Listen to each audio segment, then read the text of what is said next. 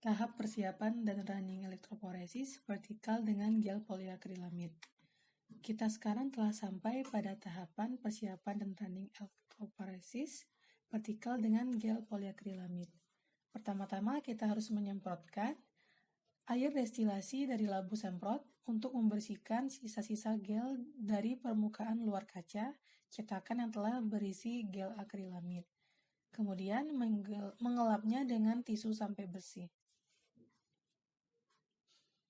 Bersihkan semua kaca cetakan yang berisi gel poliakrilamid. Tahap pembersihan ini penting karena sisa gel yang masih menempel pada permukaan kaca cetakan dapat mengotori larutan TBE yang berperan dalam proses elektroforesis. Selanjutnya, memasang kaca cetakan yang berisi gel poliakrilamid ke bingkai perangkat elektroforesis vertikal. Kita harus memasang 2 kaca cetakan untuk masing-masing bingkai perangkat elektroforesis. Pastikan bahwa pemasangan kaca cetakan ke bingkai perangkat elektroforesis sudah tepat. Kemudian, kita harus memasukkan bingkai perangkat elektroforesis yang berisi kaca cetakan gel ke dalam chamber wadah elektroforesis. Selanjutnya, kita siapkan bingkai perangkat elektroforesis yang kedua. Kemudian, kita memasang kaca cetakan yang berisi gel poliakrilamid ke bingkai perangkat elektroforesis vertikal kedua. Kemudian, kita harus memasukkan bingkai perangkat elektroforesis kedua yang berisi kaca cetakan gel ke dalam chamber atau wadah elektroforesis. Selanjutnya, memasukkan larutan TBE 1 kali ke dalam celah di antara kedua bingkai perangkat elektroforesis secara perlahan dan hati-hati.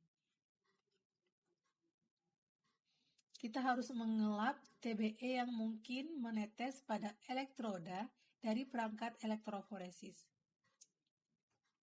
Selanjutnya, kita harus melepaskan sisiran cetakan sumur dari gel poliakrilamid. Sisiran ini akan membentuk sumuran-sumuran kecil pada gel poliakrilamid. Kemudian, kita setting micropipet untuk mengambil loading day. Selanjutnya, kita memasukkan loading day ke dalam masing-masing sumuran akrilamid. Jangan lupa masukkan magnetic stirrer ke dalam chamber elektroforesis. Selanjutnya, kita mengambil sampel hasil PCR sebanyak 4 mikroliter dari tabung PCR. Sampel hasil PCR kemudian diteteskan ke plate atau piringan yang memiliki lubang-lubang kecil yang telah berisi 1 mikroliter loading day.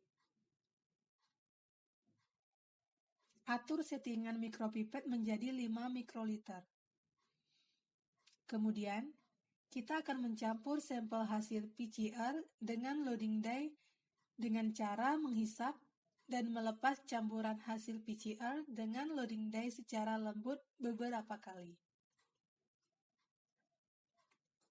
Selanjutnya, kita harus memasukkan sampel hasil PCR yang telah bercampur dengan loading day ke dalam sumuran gel poliakrilamid secara pelan-pelan dan hati-hati.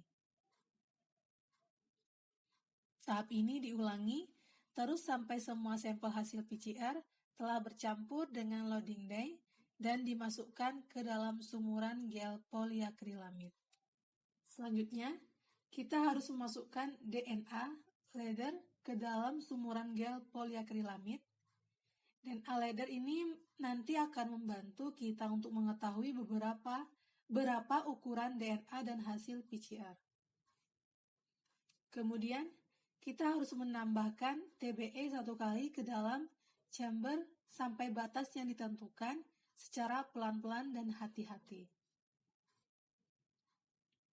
Selanjutnya, meletakkan chamber perangkat elektroforesis ke atas hot plate stirrer. Kemudian, kita memasang tutup chamber ke chamber perangkat elektroforesis. Selanjutnya, kita memasang kabel yang ada pada tutup chamber ke power supply. Pemasangan kabel power supply tidak boleh tertukar, kabel hitam ke lubang hitam, sedangkan kabel merah ke lubang merah. Kemudian menyalakan power supply dan mengatur tegangan sampai 50 voltase.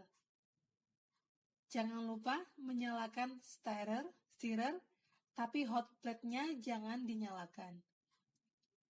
Pastikan bahwa magnetic stirrer-nya telah berputar.